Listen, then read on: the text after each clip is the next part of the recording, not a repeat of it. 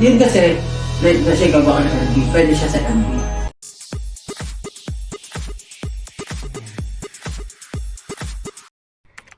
Natuwa nang makita ang sexy legs ni Pablo sa bagong vlog video ni Bunso Justin.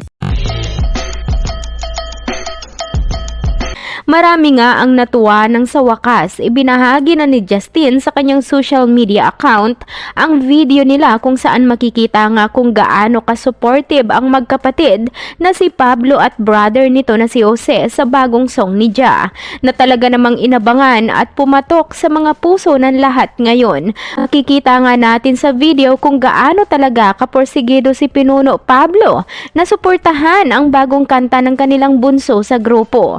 Ayon sa komento na natuwa sa banding na ito ni Justin at Pau, saad niya, for so long, Pablo wanted to have a banding with Ja. I think he got it this time.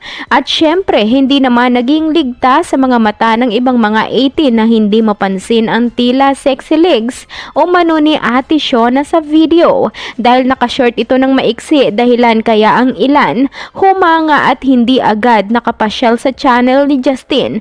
Ayon kasi sa pabirong komento niya, pupokus daw muna umano siya sa legs ni Pablo at ang isang 80 naman napasabi na lang na ang sexy umano ng legs ni Pins. Narito ang video, panoorin.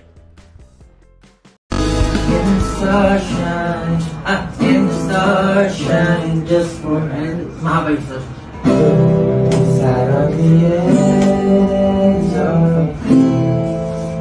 While we walk slowly, while we walk slowly under the street lights, we hold each other's hands so tight. Mas okay.